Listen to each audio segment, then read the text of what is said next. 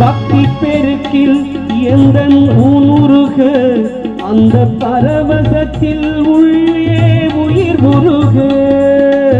பக்தி பெருக்கில் எந்தன் ஊனுருக அந்த பரவசத்தில் உள்ளே உயிர் உருக.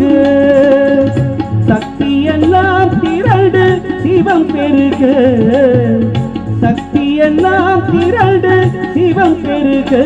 எந்தன் சந்ததியே உந்தனிக்கு அடிபணிய இறைவா, சித்தம் எல்லாம் எனக்கு சிவமயமே.